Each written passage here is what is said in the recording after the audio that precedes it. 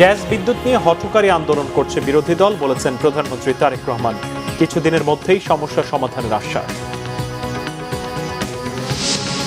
খালেদা জিয়ার জন্মদিনে বিএনপির দোয়া মাহফিল, তার নীতি আদর্শে অটল থাকার অঙ্গীকার। স্থায়ী কমিটিতে রিজভী, আমান, ডোনার ও জবিউল্লাহ। গ্যাস সংকটে ক্ষোভ বাড়ছে ভুক্তভোগীদের। নবায়নযোগ্য জ্বালানিতে ঢাকা দিল্লি কাজের সুযোগের বার্তা ভারতের হাই কমিশনারের। দেখছিলেন সংবাদ শিরোনাম, এবার বিস্তারিত। আওয়ামী লীগ এবং অন্তর্বর্তী সরকারের অব্যবস্থাপনা আর অবহেলার কারণেই বর্তমানে গ্যাস ও বিদ্যুৎ সংকট তৈরি হয়েছে জানিয়ে উত্তরণে পদক্ষেপ নেয়ার কথা বলেছেন প্রধানমন্ত্রী তারেক রহমান। তবে এই বিষয়ে একটি দল মানুষকে বিভ্রান্ত করছে বলেও মন্তব্য করেন তিনি। হঠকারিতা ও বিশৃঙ্খলা না করে পরিকল্পনা পেশ করার আহ্বান জানিয়ে প্রধানমন্ত্রী বলেন, দেশের সমস্যা সমাধানে যৌক্তিক প্রস্তাবনা দিলে সরকার তা গ্রহণ করবে। শুভ মাহফুজের রিপোর্ট। রাজধানীর বনানী টিএনটি মাঠ। সাবেক প্রধানমন্ত্রী বিএনপি চেয়ারপারসন প্রয়াত বেগম খালেদা জিয়ার ৮২তম জন্মদিনের কর্মসূচিতে অংশ নেন তারই বড় ছেলে বিএনপির চেয়ারম্যান প্রধানমন্ত্রী তারেক রহমান। নিজ নির্বাচনী এলাকায় ঢাকা ১৭ আসনের গরিব ও অসহায় মানুষের সহায়তায় প্রত্যেকের হাতে ১ লাখ টাকার চেক তুলে দেন প্রধানমন্ত্রী। এ সময় নির্বাচনী প্রতিশ্রুতি বাস্তবায়নে কাজ করছে জানিয়ে সর্বস্তরে জবাবদিহিতা নিশ্চিতের কথা জানান সরকার প্রধান। চলমান গ্যাস ও বিদ্যুৎ সংকটের জন্য বিগত ২ সরকারকে দায়ী করেন প্রধানমন্ত্রী। জনগণকে ধৈর্য ধরে সরকারের নেয়া পদক্ষেপে সহায়তা করতে অনুরোধ করেন তিনি। আমি জানি বিগত কিছুদিন যাবত সমগ্র বাংলাদেশে মানুষ, গ্রামে গঞ্জে সব জায়গায় বাংলাদেশের মানুষ বিদ্যুতের কষ্ট পাচ্ছে। আমি জানি বাংলাদেশের বিভিন্ন এলাকায় মানুষ গ্যাসের কষ্ট পাচ্ছে। সিএনজি বলেন, এলপিজি বলেন, বিভিন্ন রকম গ্যাসের কষ্ট পাচ্ছে। প্রিয় ভাই বোনেরা, গ্যাস বাংলাদেশের একটি প্রাকৃতিক সম্পদ ছিল।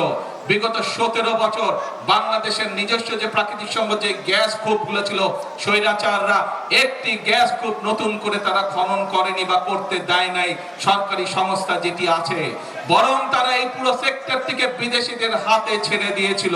প্রিয় ভাই বোনেরা, সমগ্র বাংলাদেশের মানুষ যে বিদ্যুতের কষ্ট পাচ্ছেন, আমি আন্তরিকভাবে তার জন্য দুঃখ প্রকাশ করছি। কিন্তু এই সরকার, আপনাদের সরকার, এবং আমরা কাজ করছি যত দ্রুত সম্ভব মানুষকে এই কষ্টের হাত থেকে রক্ষা করার জন্য। আমরা আশা করছি সবকিছু ঠিকঠাক থাকলে আল্লাহর রহমতে, সবকিছু ঠিকঠাক থাকলে আল্লাহর রহমত থাকলে দ্রুতই আমরা এই অবস্থা থেকে মানুষকে বের করে নিয়ে আসতে পারবো, যাতে করে মানুষ কিছুটা হলেও স্বস্তি লাভ করতে পারে। ন্যায্য হিস্যা বঞ্চিত করে পার্শ্ববর্তী দেশ বাংলাদেশকে যে পানি সংকটে ফেলেছে তা থেকে উত্তরণে সরকারের নেয়া পদক্ষেপও তুলে ধরেন প্রধানমন্ত্রী। বিদ্যুৎ গ্যাস নিয়ে বিরোধী দলের সম্প্রতি কার্যক্রমেরও সমালোচনা করেন তিনি। দুদিন আগে দেখলাম একটি রাজনৈতিক দলের কিছু সদস্যরা প্রতিবাদ করছে, গ্যাস দে, বিদ্যুৎ দে। হারিকেন সামনে নিয়ে বসে আছে, দেখেছেন ছবিটা? হারিকেন পিছনে কিন্তু এরকম ফ্যান চলছে, তাদের পিছনে ফ্যানের বাতাস খাচ্ছে, আর সামনে বলছে বিদ্যুৎ চাই, বিদ্যুৎ চাই। এই হচ্ছে তাদের হঠকারিতা। তাদের বন্ধু বান্ধব, তাদের সহকর্মীরা তো সরকারের দায়িত্ব ছিল, তখন তারা কি করেছিল? এই যে তৃতীয় যেই জাহাজটির হওয়ার কথা ছিল গ্যাসের জন্য, এই জাহাজের পারমিশন তো তারাই ক্যান্সেল করে দিয়েছিল, তাদেরই সরকার ক্যান্সেল করে দিয়েছিল। এখন আবার আমাদেরকে নতুন করে সবকিছু ভালো করে দেখে শুনে আমাদেরকে নতুন করে করতে হচ্ছে। অনুষ্ঠানে মা বেগম খালেদা জিয়ার জন্য দোয়া চেয়ে স্বনির্ভর দেশ গড়তে সবাইকে সহযোগিতার আহ্বান জানান প্রধানমন্ত্রী তারেক রহমান। পরে সাবেক প্রধানমন্ত্রী প্রয়াত বেগম খালেদা জিয়ার আত্মার মাগফিরাত কামনা দোয়া ও মুনাজাত করা হয়। শুভ মাহফুজ, বাংলা ভিশন, ঢাকা। দেশের প্রতিটি মানুষের জন্য সহজলভ্য, সাশ্রয়ী ও মানসম্মত চিকিৎসা সেবা নিশ্চিত করার কথা জানিয়েছেন প্রধানমন্ত্রী তারেক রহমান। প্রান্তিক জনগোষ্ঠীর চিকিৎসা সেবা নিশ্চিতে হেলথ কার্ড ও পর্যায়ক্রমে উপজেলা হাসপাতালগুলোকে ১৫১ শয্যায় উন্নীত করার কথাও জানান তিনি। একই সাথে আগামী অক্টোবরে ৫টি নতুন শিশু হাসপাতাল চালুর ঘোষণাও দেন তিনি। শনিবার national institute of neurosciences and hospital এর ৫০০ শয্যা বিশিষ্ট ভবন ২ এর উদ্বোধন অনুষ্ঠানে এসব কথা বলেন প্রধানমন্ত্রী। শুভ মাহফুজের আরেকটি রিপোর্ট। নিউরোলজিক্যাল বা স্নায়বিক জটিলতা যেমন স্ট্রোক, খিঁচুনি কিংবা ডিমেনশিয়ার মতো রোগের চিকিৎসা সক্ষমতা বাড়াতে রাজধানীর আগারগাঁওয়ে যাত্রা শুরু করল national institute of neuroscience and হসপিটালের ৫০০ শয্যা বিশিষ্ট দ্বিতীয় ভবন।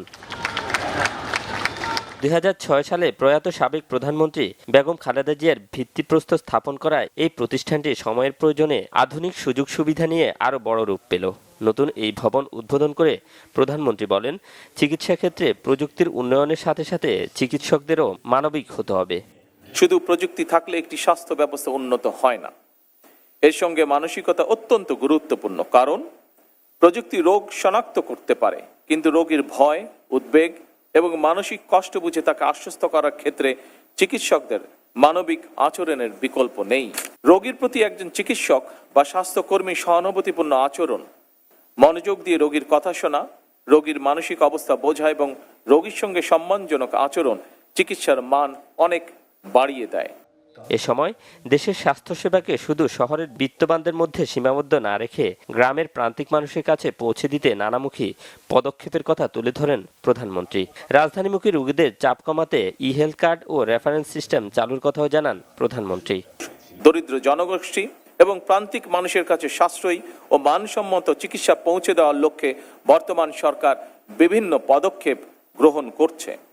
প্রত্যন্ত অঞ্চলের একজন রোগী যাতে যে কোনো চিকিৎসার জন্য প্রচুর অর্থ ব্যয় করে রাজধানীতে আসতে না হয়, এজন্য সরকার ই-হেলথ কার্ডের মাধ্যমে একটি আধুনিক ও কার্যকর রেফারেন্স সিস্টেম গড়ে তোলার পাশাপাশি চিকিৎসা সুবিধা মানুষের দোরগোড়ায় পৌঁছে দেওয়ার জন্য কাজ শুরু করেছে। দেশের প্রতিটি ইউনিয়নে প্রাইমারি হেলথ কেয়ার ইউনিট স্থাপন এবং উপজেলা হাসপাতালগুলোকে 151 শয্যা উন্নীত করার কথা উল্লেখ করে আগামী অক্টোবরে খুলনা, বরিশাল, রংপুর, রাজশাহী ও কুমিল্লায় 200 শয্যা বিশিষ্ট 5টি বিশেষায়িত শিশু হাসপাতাল চালুর কথাও জানান প্রধানমন্ত্রী তারেক রহমান। আজকে শিশুরাই আগামীর ভবিষ্যৎ। সুস্থ আগামী বিনির্মাণের লক্ষ্যে শিশুদের শিক্ষা ও স্বাস্থ্যের প্রতি বিশেষ নজর দেওয়া আমাদের সকলের দায়িত্ব এবং কর্তব্য বলে আমি দৃঢ়ভাবে বিশ্বাস করি। সেদিকে লক্ষ্য রেখে বর্তমান সরকার শিশুদের জন্য নতুন শিক্ষা কারিকুলাম প্রণয়ন করছে। একইভাবে শিশু স্বাস্থ্যের প্রতিও সরকার বিশেষভাবে নজর দিয়েছে। এরই অংশ হিসাবে খুলনা, বরিশাল, রংপুর ও রাজশাহী বিভাগ এবং কুমিল্লা জেলায় একটি করে 200 শয্যা বিশিষ্ট বিশেষায়িত শিশু হাসপাতাল চালু করার কাজ শুরু করেছে। সরকার ইনশাল্লাহ আগামী অক্টোবর মাসে এই একযোগে এই 5টি বিশেষায়িত শিশু হাসপাতাল চালু করতে সক্ষম হবে ইনশাল্লাহ। একটি কার্যকর ও নির্ভরযোগ্য স্বাস্থ্য ব্যবস্থা গড়ে তুলতে চিকিৎসকদের পাশে থাকার আহ্বানও জানান প্রধানমন্ত্রী। সঙ্গে সংশ্লিষ্ট Shuvo Mahfuz, Bangla vision, Dhaka. Health technician. এদিকে বিগত আওয়ামী লীগ সরকার প্রতিটি খাতেই লুটপাটের ধারা প্রতিষ্ঠা করেছিল বলে মন্তব্য করে প্রধানমন্ত্রী তারেক রহমান বলেছেন, এ থেকে অবসরপ্রাপ্ত বেসরকারি শিক্ষক কর্মচারীরাও রেহাই পাননি। অবসরপ্রাপ্ত 70,119 জন বেসরকারি শিক্ষক কর্মচারীর কল্যাণ ও অবসর সুবিধার বকেয়া অর্থ সরাসরি তাদের ব্যাংক অ্যাকাউন্টে হস্তান্তরের কার্যক্রম উদ্বোধন করে তিনি কথা বলেন। শনিবার রাজধানীর ওসমানী স্মৃতি মিলনায়তনে এই অর্থ প্রদান অনুষ্ঠানের উদ্বোধন করেন তিনি। এ সময় প্রধানমন্ত্রী বলেন, শিক্ষকদের প্রাপ্য টাকা তুলতে ঘুষের লেনদেন জাতির জন্য দীনতার। দীর্ঘ 4 বছর পর এই প্রক্রিয়ার মাধ্যমে শিক্ষকদের জীবনের অনিশ্চয়তা দূর হবে বলেও জানান প্রধানমন্ত্রী। তিনি অভিযোগ করেন, বিগত সরকারের অনিয়ম ও লুটপাটের কারণে শিক্ষক কল্যাণ ও অবসর তহবিল দেউলিয়া হয়ে পড়েছিল।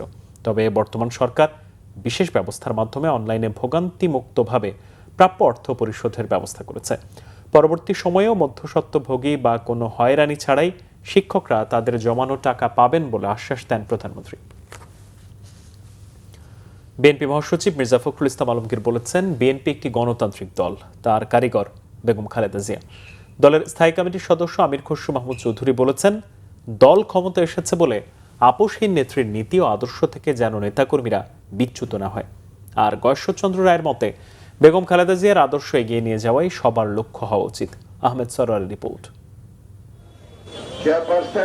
বিএনপি চেয়ারপারসন এবং সাবেক প্রধানমন্ত্রী বেগম খালেদা জিয়ার 82তম জন্মদিন উপলক্ষে শনিবার নয়াপল্টন কার্যালয়ে আয়োজন করা হয় দোয়া ও মিলাদ মাহফিলের।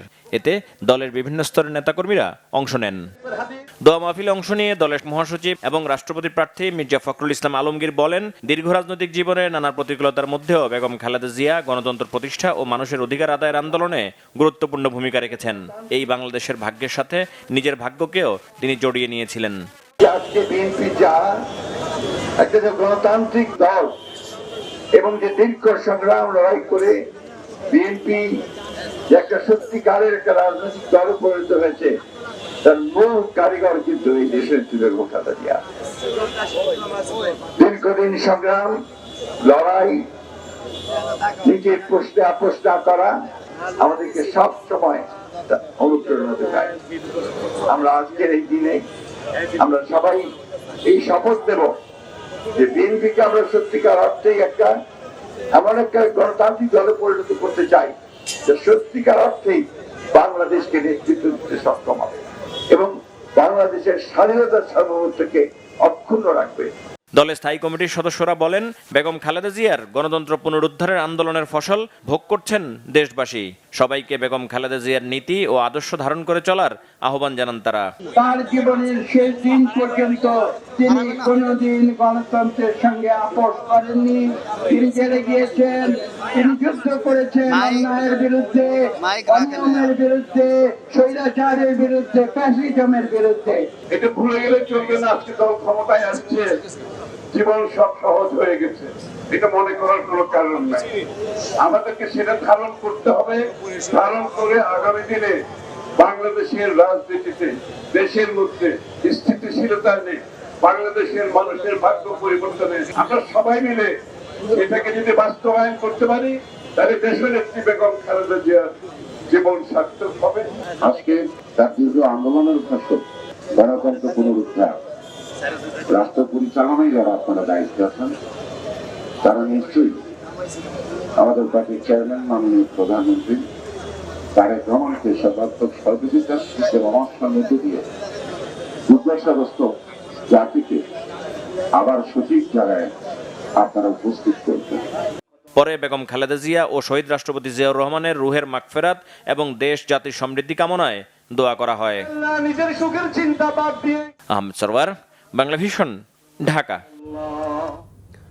জুলাই গণ অভ্যুত্থানের প্রথম কৃতিত্বের একমাত্র দাবিদার সাবেক প্রধানমন্ত্রী বেগম খালেদা জিয়াকে দিতে হবে বলে মন্তব্য করেছেন মুক্তিযুদ্ধ বিষয়ক প্রতিমন্ত্রী ইশরাক হোসেন। খালেদা জিয়ার ৮২তম জন্মবার্ষিকী উপলক্ষে শনিবার পুরানা পল্টনে দেওয়া মাহফিল অনুষ্ঠানে তিনি মন্তব্য করেন। জাতীয়তাবাদী মুক্তিযুদ্ধের প্রজন্ম এই অনুষ্ঠানের আয়োজন করে। সংগঠনটির কেন্দ্রীয় সভাপতি প্রতিমন্ত্রী ইশরাক হোসেন বলেন, জুলাই অভ্যুত্থানের মূল অনুপ্রেরণা ও কৃতিত্ব সাবেক প্রধানমন্ত্রী বেগম খালেদা জিয়ার। মহান মুক্তিযুদ্ধের বিরোধীরা নতুন করে মাথা চাড়া দিয়ে উঠছে উল্লেখ করে তিনি বলেন, একটি নতুন রাজনৈতিক দলের সদস্যরাও তাদের সাথে হাত মিলিয়ে জুলাই গণ অভ্যুত্থানের সাথে ৭১-এর মুক্তিযুদ্ধকে গুলিয়ে ফেলার চেষ্টা করছে। তার দাবি, নীতি ও আদর্শের প্রশ্নে বেগম খালেদা জিয়া কখনো এক চুলও ছাড় দেননি। বিএনপি ও তার এ আদর্শে অবিচল থাকবে। একই সাথে দেশের প্রথম নারী মুক্তিযোদ্ধা হিসেবে বেগম খালেদা জিয়াকে উপযুক্ত স্বীকৃতি দেওয়ার দাবি জানান ইশরাক হোসেন। আমাদের প্রথম নারী মুক্তিযোদ্ধা হিসাবে দেশনেত্রী বেগম খালেদা জিয়া, তাকে স্বীকৃতি দেওয়াটা অত্যন্ত গুরুত্বপূর্ণ বলে আমি মনে করি। যে আমাদের নিজেদের চাওয়া পাওয়ারকে অগ্রাধিকার দেওয়ার আগে আমাদেরকে নিশ্চিত করতে হবে, যেই কারণে বাংলাদেশের জনগণ আমাদেরকে ভোট দিয়ে রাষ্ট্র পরিচালনার দায়িত্ব দিয়েছে, তাদের যে সমস্যাগুলো যে তৈরি হয়েছিল বিগত ১.৫ দশকের ফ্যাসিবাদের আমলে, সেগুলো নিরসনে আমরা রাজনৈতিক নেতা কর্মী হিসেবে আমরা আমাদের দায়িত্বটুকু যাতে আগে পালন করতে পারি, সেটা আমাদেরকে অবশ্যই মনে রাখতে হবে। বিএনপির স্থায়ী কমিটিতে যুক্ত হলেন দলের ৪ জ্যেষ্ঠ নেতা। তারা হলেন রুহুল কবির রিজভী, আমানুল্লাহ আমান, ফরহাদ হালিম ডোনার ও ইসমাইল জবিউল্লাহ। শনিবার দলের পক্ষ থেকে এক বিজ্ঞপ্তিতে এই তথ্য জানায়। বিজ্ঞপ্তিতে জানানো হয়, দলের সাংগঠনিক গতিশীলতা বাড়ানোর জন্য এবং দলীয় সিদ্ধান্ত অনুসারে এই ৪ নেতাকে বিএনপির জাতীয় স্থায়ী কমিটিতে সদস্য হিসেবে মনোনীত করা হয়েছে। তাদের মেধা ও বিচক্ষণতা দিয়ে এবং সুচিন্তিত পরামর্শের মাধ্যমে সর্বোচ্চ নীতি নির্ধারণী ফোরামে দল ও জনগণের পক্ষে গুরুত্বপূর্ণ সিদ্ধান্ত গ্রহণে অবদান রাখবেন বলে আশা প্রকাশ করেছে বিএনপি। বাসাবাড়িতে কিংবা সিএনজি স্টেশনে গ্যাস সংকটে ভুক্তভোগীদের মধ্যে অসন্তোষ আরও বাড়ছে। সিএনজি স্টেশনের গ্যাসের জন্য লাইনে দাঁড়িয়ে থাকা চালকরা বলছেন, দিনের বেশিরভাগ সময় তাদের কাটছে গ্যাস নেবার জন্য। ঘন্টার পর ঘন্টা দাঁড়িয়ে থেকে মিলছে খুবই সামান্য গ্যাস। বিশেষ করে সিএনজি চালকরা পড়েছেন সবচেয়ে বিপাকে। সংসার চালানো তো দূরের কথা, মালিকদের কাছে গাড়ির জমার টাকা দিতে হিমশিম খাচ্ছেন। পরিস্থিতি উত্তরণে সরকারের দ্রুত পদক্ষেপ দাবি জানিয়েছেন পরিবহন সংশ্লিষ্টরা।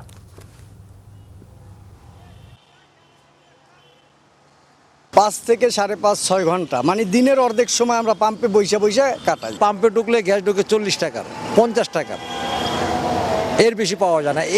এই 50 টাকা গ্যাসের উপরেই আমরা রাস্তায় যেয়ে মাহজনের জমা নিজের স্যালারি নেওয়ার চেষ্টা করি। আমি নিজে থাকি প্রেসারে, রাস্তায় যে যাত্রীদেরকে হয়রানি করি, যাত্রী নিরুপায় হয়রানি হয়, কিছু করা যায় না। এমন এই অতি দ্রুত সম্ভব সরকারের দৃষ্টি আকর্ষণ করছি যেন এটা দ্রুতভাবে সমাধান করে। যারা সিনজি মিঞ্জি চলাই, গ্যাসের গাড়ি চলাই ভাই, আমাদের অবস্থা খুবই খারাপ ভাই। 2 সপ্তাহ ধরে আইসি ভাই, বাড়তে ভাই এটা টাকার হয়নি, যা কামাই করে নিজে চলে না। মুক্তিযুদ্ধ বিষয়ক প্রতিমন্ত্রী ইশরাক হোসেন বলেছেন, ক্ষমতার লোভে নতুন আর ৭১-এর ঘাতক দল মিলে গণঅভ্যুত্থানকে পণ্য বানিয়েছে। শনিবার সন্ধ্যায় ঢাকা মহানগর দক্ষিণ ছাত্র দলের আয়োজনে সাবেক প্রধানমন্ত্রী বেগম খালেদা জিয়ার ৮২তম জন্মদিন উপলক্ষে কোরআন খতম, দোয়া ও মিলাদ মাহফিলে তিনি কথা বলেন। ইশরাক হোসেন বলেন, প্রধানমন্ত্রী তারেক রহমানের নেতৃত্বে গণতান্ত্রিক বাংলাদেশ রূপান্তর হয়েছে। কেউ সেই গণতন্ত্রকে হুমকি দিলে ফ্যাসিস্ট শেখ হাসিনার মতো তাদেরকেও দেশ থেকে বিতাড়িত করা হবে। বিএনপি জনগণের ভোটের মাধ্যমে ক্ষমতা এসেছে, তাই জনগণকে সাথে নিয়ে যে কোনো সমস্যার সমাধানে কাজ করবে সরকার। কিন্তু দুটি দল সরকার পতনের হুমকি দিচ্ছে। প্রতিমন্ত্রী ইশরাক হোসেন বলেন, তাদের মনে রাখা উচিত, কোনোভাবে দেশে যদি আবার ফ্যাসিস্ট প্রতিষ্ঠিত হয় তবে সবাইকে চরম মূল্য দিতে হবে। একদল নতুন রাজনীতি দল করেছে এবং আরেকটি ৭১-এর ঘাতক দালাল রাজাকার যারা বাংলাদেশের বিরোধিতা করেছিল, তারা পুরা জুলাই গণঅভ্যুত্থানটাকে একক কৃতিত্ব বানিয়ে, একক কৃতিত্ব দাবিদার হয়ে তারা বাংলাদেশের রাষ্ট্র ক্ষমতায় যাওয়ার লোভে, লালসায় তারা উন্মাদ হয়ে যে আবোল তাবোল কথাবার্তা বলে বাংলাদেশের জুলাই ও গণঅভ্যুত্থানকে এক প্রকার কলঙ্কিত করছে। আমি বলবো, দেশ নায়ক জনাব তারেক রহমানের নেতৃত্বে যে একটা গণতান্ত্রিক বাংলাদেশে রূপান্তর করেছি, সেই গণতন্ত্রকে যদি আবারও কেউ বা কারা তাদের ক্ষমতার জন্য হুমকির মুখে ফেলে দিতে চায়, পুরো বাংলাদেশের অস্তিত্বকেই যদি হুমকির মুখে ফেলে দিতে চায়, তাহলে কিন্তু আমরা বসে থাকবো না। তাদেরকেও আমরা যেই পথে আমরা হাসিনাকে ভারতে পাঠিয়েছি, একই পথে তাদেরকেও যাদের জায়গা মতো পাঠিয়ে দেওয়ার মাধ্যমে বাংলাদেশকে আমরা একটা গণতান্ত্রিক জনগণের বাংলাদেশ হিসেবে প্রতিষ্ঠিত করতে চাই। চট্টগ্রামের সীতাকুণ্ডের ভাটিয়ারীতে জাহাজ কাটার সময় বিষাক্ত গ্যাস নিঃসরণে ৯ জনের মৃত্যুর ঘটনায় ফেরদৌস স্টিল শিপ ব্রেকিং ও রিসাইক্লিং এর সব কার্যক্রম অনির্দিষ্টকালের জন্য স্থগিত ঘোষণা করেছে বাংলাদেশ শিপ রিসাইক্লিং বোর্ড। পরবর্তী নির্দেশ না দেওয়া পর্যন্ত শিপইয়ার্ডটির কার্যক্রম বন্ধ থাকবে। শনিবার সকালে ঘটনাস্থল পরিদর্শন শেষে শিল্প সচিব আব্দুল নাসের খান ও বিস্ফোরক অধিদপ্তরের কর্মকর্তারা ওই জাহাজে হাইড্রোজেন সালফাইড গ্যাস জমে থাকার কথা জানান।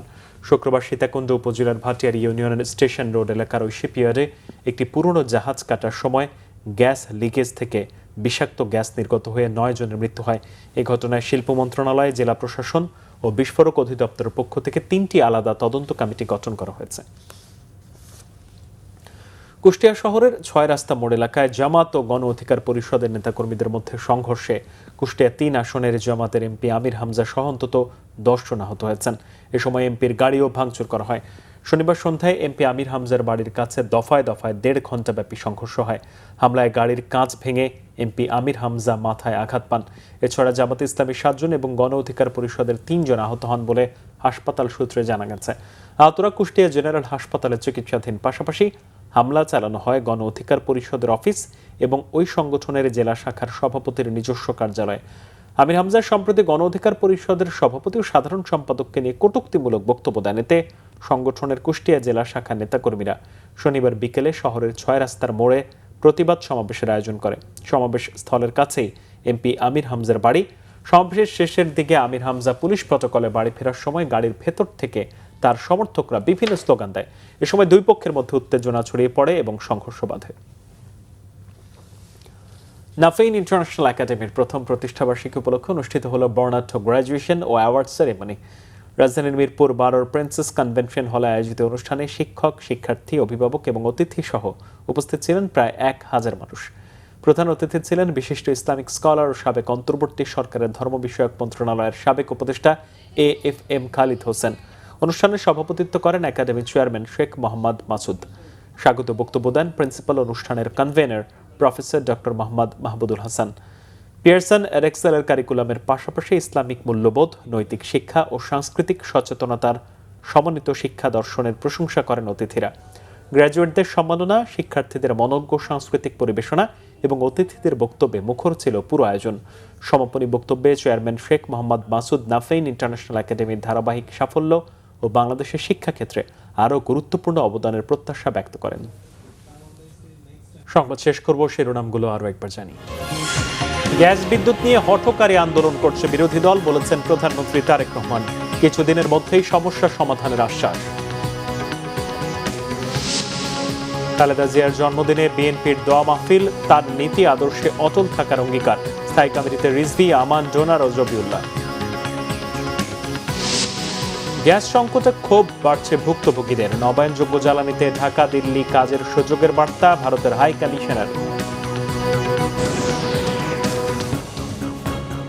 এই ছিল এখনকার মতো। পরের সংবাদ সকাল 7:30টায় দেখার আমন্ত্রণ রইল। এছাড়া বাংলাদেশের সংবাদ ও সংবাদ সংশ্লিষ্ট অনুষ্ঠান দেখতে ভিজিট করুন www.bvnews24.com ও facebook.com/bangladeshinews এবং সাবস্ক্রাইব করুন youtube.com/bangladeshinews।